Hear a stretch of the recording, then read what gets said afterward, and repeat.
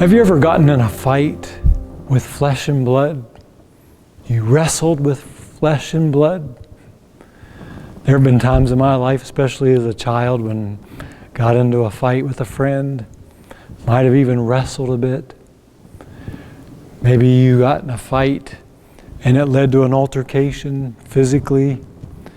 Maybe it was just a verbal altercation or a silent altercation, giving the silent treatment. Well, we read in Ephesians 6 that our battle's not against flesh and blood. For we do not wrestle against flesh and blood, but against the rulers, against the authorities, against the cosmic powers over this present darkness, against the spiritual forces of evil in the heavenly places. Our battle's not against what we can see and touch. Our battle is against forces in the spiritual realm. So we need to pull back the veil between this world and the spirit world to understand our enemy. In 2 Kings 6, the prophet Elisha had continually warned the king of Israel of the plans of the king of Syria.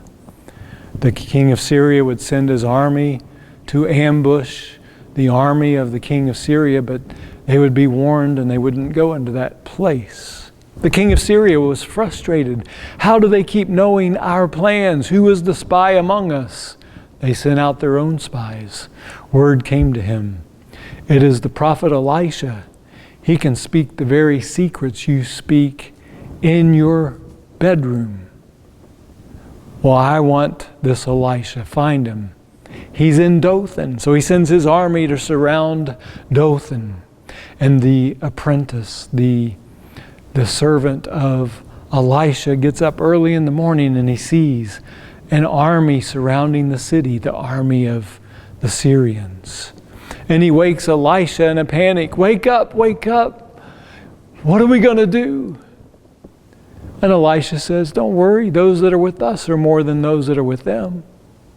And he looks around at the army surrounding the city. He sees that there's just two of them. What do you mean? And Elisha says, O Lord, open up his eyes that he may see. And that's as if that veil between the spirit world and this earthly physical realm is rolled back. And there he sees horses and chariots of fire surrounding the army of the Syrians. An angel army, an army of God. And Elisha calls blindness down upon the Syrian army.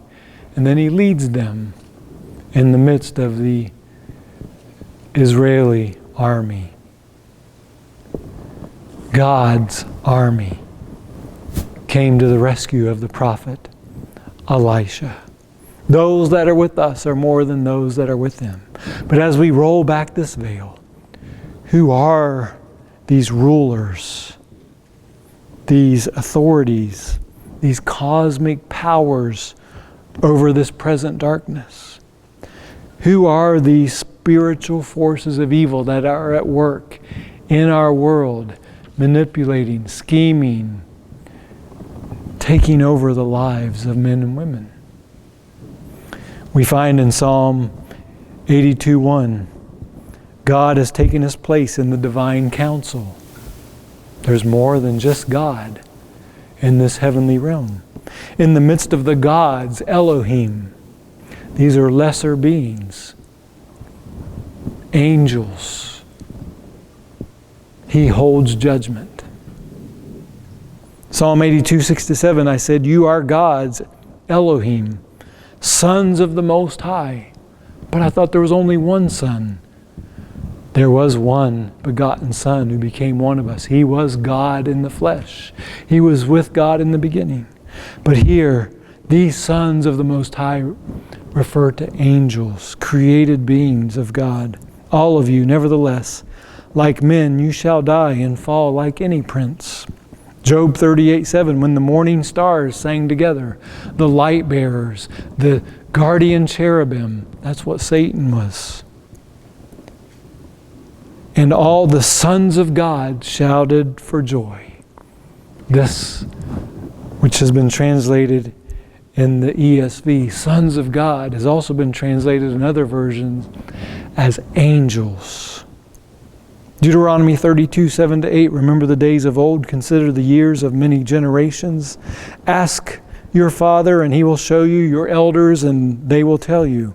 When the Most High gave to the nations their inheritance, when he divided mankind, when did God divide mankind? At the Tower of Babel. He confused their language. He divided people into various language groups and people groups, and he set their borders. He fixed the borders of the peoples according to the number of the sons of God, the numbers of the Elohim, these lesser beings, in a way, a guardian angel over each of these nations. But they rebelled against God. These nations rebelled against God's people. God raised his own nation up through which he would save the world. And the spiritual battle ensues, nation against nation, spiritual forces of evil against God's forces of good. How do we defeat an enemy like that we can't see? By putting on the full armor of God. And we'll explore this more this week. We must understand this enemy. It's powerful. But we have a God who is more powerful. And that is the point. Heavenly Father, thank you for the weapons of spiritual battle that are available to us. Thank you for Jesus, who won the victory. It's in his name I pray. Amen.